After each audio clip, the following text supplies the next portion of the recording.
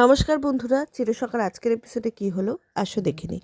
তবে সবার আগে চ্যানেলটাকে সাবস্ক্রাইব করে দিয়ে যাও আর নিচে দেওয়া বেল আইকনটা ক্লিক করো যাতে তোমাদের কাছে আপডেটসগুলো চলে যায়। আজকে শুরুতেই বর্ষার উৎপাত।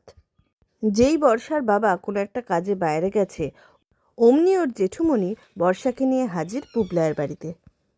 দাবি মেয়ের বিয়ে হয়ে গেছে, এবারে মেয়ে শ্বশুর বাড়িতেই থাকবে, কদিন আর বাপের বাড়িতে থাকবে। বুবলাই জানায় যেটা কিছুতেই সম্ভব নয়। বর্ষা বলে, আমি তো মানছি আমার ভুল হয়েছে, তখন আমার মাথা ঠিক ছিল না। তুমি এমন একটা কীর্তি ঘটিয়েছিলে, এখন তোমার মায়ের সাথে মিটমাট হয়ে গেছে, তোমার সেসব নিয়ে কোনো অসুবিধা নেই। কিন্তু আমি তো ভুলতে পারিনি না জিনিসগুলো, সেই কারণেই আমার মাথা ঠিক ছিল না। বুবলাই বলে যে, শোনো, আমার মায়ের ব্যাপারে আমি তোমার কাছ থেকে আর কিচ্ছু শুনতে চাই না। আর আমি যা করেছি তাতে তোমার ইন্ধনটা বেশি ছিল। তুমি আমায় আমার মায়ের এগেনস্টে ভুল বুঝিয়েছিলে। সন্দেহটা আমি তোমার কাছ থেকেই পেয়েছি, তাই সেই কারণে আমি তোমার সঙ্গে আর কোনো কথাই বলতে চাই না।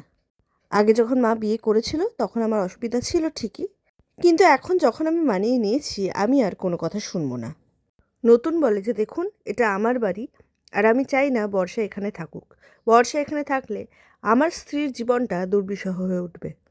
লক্ষ্মী বলে, আর আমিও তো ভুলিনি ও কিভাবে আমাকে খাটাতো, আমার সব মনে আছে।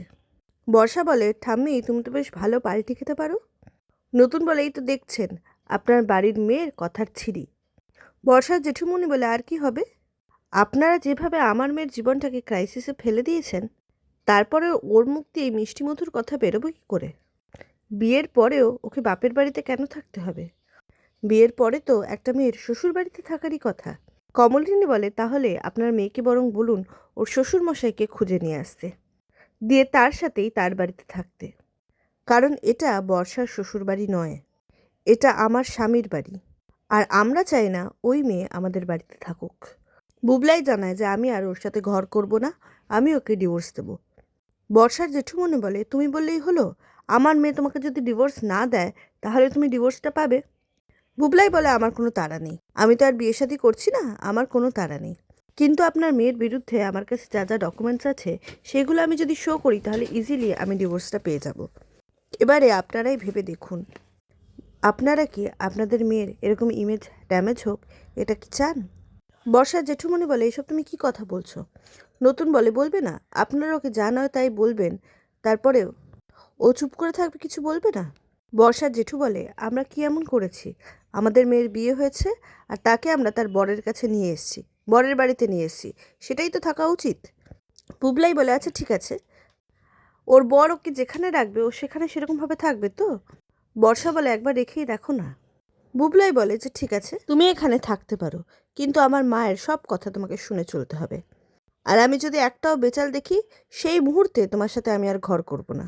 নতুন বলে, বুবলাই প্লিজ ওকে এই বাড়িতে ঢোকাস না, দেখছিস তো আমরা কত শান্তিতে আছি, পিসফুলি আছি। ও আবার আসবে, আবার জিনিসটাকে নষ্ট করবে। আমি চাই না তোর মায়ের জীবনে আর কোনো রকমের কোনো সমস্যা হোক। আমি চেয়েছিলাম বর্ষার জীবনে শান্তি হোক, সেই কারণে বর্ষাকে এই বাড়িতে নিয়ে এসেছিলাম। কিন্তু আপনারা সে কথা মনে রাখবেন না, কারণ আপনারা বেঈমান। আর ও নিজের জীবনে যেমন শান্তি ধরে রাখতে পারে না, আমার স্ত্রীর জীবনেও পারবে না আমি জানি, সেই কারণেই আমি ওকে এই বাড়িতে রাখবো না। কমলিনী বলে, বর্ষা, তোমাকে যদি সুযোগ দেওয়াও হয় এটা কিন্তু তোমার শেষ সুযোগ। নতুন বলে, কমলিনী তুমি ওকে আর কত সুযোগ দেবে? বুবলাই বলে, আমি কিন্তু ওকে সুযোগ দিতে চাইছি না, কিন্তু এত বড় বড় কথা বলছে তো, আমি দেখতে চাই ও কতটা এটার পালন করতে পারে, আর যদি না করতে পারে তাহলে সেই মুহূর্তে ওকে বেরিয়ে যেতে হবে। লক্ষ্মী বলে, খাল কেটে কুমির আনিস না বুবলাই, খুব খারাপ হবে। তোর মাকে ভোগাবে, তোকেও শান্তিতে থাকতে দেবে না। বর্ষা বলে, দেখছো কেমন আমার শ্বশুরবাড়িতে থাকাতে সবাই মিলে ভাঙচি দিচ্ছে? বুবলাই বলে, এই যে এইসব কথাগুলোর জন্যই না তোমার সাথে আমার থাকতে ইচ্ছে করে না। জেঠুমণি বলে, থাকতে ইচ্ছে করছে না বললেই হবে? আমি এখানে আজকে এসেছি ওকে রেখে যাব বলে। আমার বাড়িতে বয়স্ক বাবা আছে, আমাদের উপর দিয়ে কি টর্চার চলছে মেন্টাল, সেটার কি হবে? বুবলাই বলে যে, দেখুন, আপনাদের যদি মনে হয় আমার জন্য আপনাদের মেন্টাল টর্চার চলছে তাহলে যান পুলিশে গিয়ে কমপ্লেন করুন, পুলিশ আমাকে ধরে নিয়ে যাক, বরং বেটার। কিন্তু আপনার মেয়ের সাথে আমাকে যদি ঘর করতেই হয় তাহলে ওকে আমার শর্ত মেনে চলতে হবে। জেঠুমণি বলে, তুমি এখনো এদের হয়ে কথা বলছো? আসলে তুমি তো এরকমই ছেলে, এরা যে তোমায় টুপি পরাচ্ছে তুমি বুঝতে পারছো না। বুবলাই বলে, আপনি হয়তো ঠিকই বলছেন, আমি ওরকমই ছেলে, তাই প্রথমে আপনারা আমাকে টুপি পরিয়েছেন। আর এখন যদি আমার নতুন কাকু আর আমার মা আমাকে টুপি পরায়ও, সেটা আপনাদের টুপির থেকে বেশি বেটার হবে। বুবলাই বলে আপনারা এখন আসতে পারেন। কমলিনী হঠাৎ করে বলে আপনারা কি চা খাবেন? জেঠু বলে আচ্ছা আপনার কি মনে হয় আমরা এখানে চা খেতে এসেছি? আমাদের বাড়িতে চায়ের অভাব আছে? আমাদের মেয়ের জীবনটাকে আপনারা অশান্তিতে ভরিয়ে দিয়েছেন, তারপরে চা অফার করছেন? আপনি কেমন ধারা মানুষ? নিজে এত বয়সে নতুন করে বিয়ে করেছেন, সংসার করছেন, আর আমাদের মেয়ের সংসার ভাঙতে চাইছেন? নতুন চিৎকার করে ওঠে, বলে শাট আপ। আমার স্ত্রীকে আর একটাও বাজে কথা বলবেন না আপনারা। আমি অনেক সহ্য করেছি, আর করব না। এই বাড়িতে বর্ষার কোনো জায়গাই হবে না।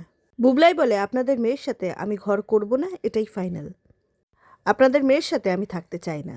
ঠুমনি বলে আমাদের মেয়ের সাথে থাকতে চাও না তো আর কার সাথে থাকতে চাও? নতুন বলে সে কথা তো বলেনি। তার মানে যে অন্য কারোর সাথে থাকবে তেমনটা নয়। কমলিনী বলে যে বর্ষা, তোমাকে আমরা খুব আদর করে এই বাড়িতে এনেছিলাম। তুমি তো আমাদের আদরের বউ ছিলে। তোমাকে আমরা মাথায় করে রাখতে চেয়েছিলাম, কিন্তু তুমি তো নিজেই সেই জায়গাটায় থাকতে পারলে না। তুমি পায়ের তলায় নামতে চাইলে। এবারে দেখো পায়ের তলায় কেমন লাগে থাকতে। আর আমি যদি তোমায় ক্ষমা করেও দিই বর্ষা, এটা আমার স্বামীর বাড়ি, আর সে যদি না চায় তাহলে আমি তাকে কোনোভাবেই জোর করব না এই বাড়িতে তোমায় থাকতে দিতে।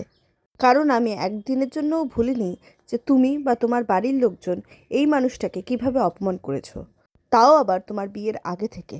বিয়ের আগে থেকে এই মানুষটাকে তোমরা অপমান করে যাচ্ছ, আর বিয়ের পরেও বাড়ি থেকে তাড়িয়ে দিয়েছো। তারপরে কত কত অ্যালিগেশনস এনেছো তার নামে। আমি যদি সব কথা মনে রাখতাম তাহলে তো তোমার জীবনটাকে দুর্বিষহ করে তুলতাম। তোমাকে আমি টিকতে দিতাম না, সবার আগে তোমার ওপরে প্রতিশোধ দেখাতাম। কিন্তু আমরা ভদ্র মানুষ, সেই কারণে আমরা এসব কাজ করতে পারি না। তোমাকে দেখে আমার দুঃখ হয়। বর্ষা বলে সেই তোমার এখন দিন মামুনি, আমার জন্য তোমার দুঃখ হওয়াটাই স্বাভাবিক। বর্ষা বলে শুধু তুমি একটা কথা ভুলো না, আমি কিন্তু লেখাপড়া জানা মেয়ে। আইনের অধিকার আমার যে আছে সেটা কিন্তু আমি জানি। বুবলাই বলে এই করো, যাও, আইনের অধিকার তুমি প্রয়োগ করো। আমাকে জেলে ভরবে তো ঠিক আছে, যা ইচ্ছে তাই করো।